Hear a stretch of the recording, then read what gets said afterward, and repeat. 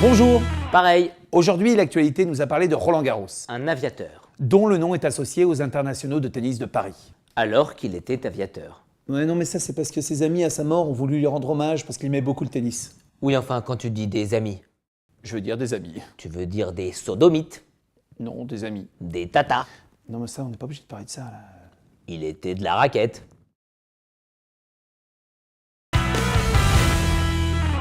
Roland Garros est né le 6 octobre 1888. Et c'est pas un hasard. Par contre, et ça n'a rien à voir, le tournoi de tennis de Roland Garros dure, lui, 2 semaines.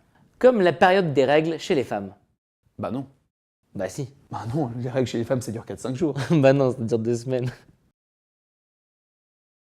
Donc, le tournoi de Roland Garros dure 2 semaines que nous partagerons en 2 parties. La première partie, C'est la première semaine pendant laquelle le journal L'Équipe s'extasie de voir le numéro 1 français de tennis qui se trouve être le numéro 26 mondial de tennis, se qualifier péniblement pour les huitièmes de finale en gerbant pendant 5h44 sur le court. nous appellerons donc cette première semaine de tennis de Roland Garros la semaine des joueurs français.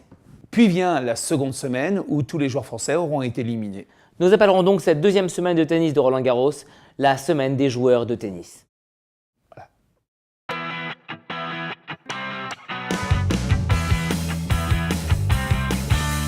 Pourquoi elle me dit que ça dure 2 semaines? Je sais pas. C'est à cause de ma fistule, c'est ça?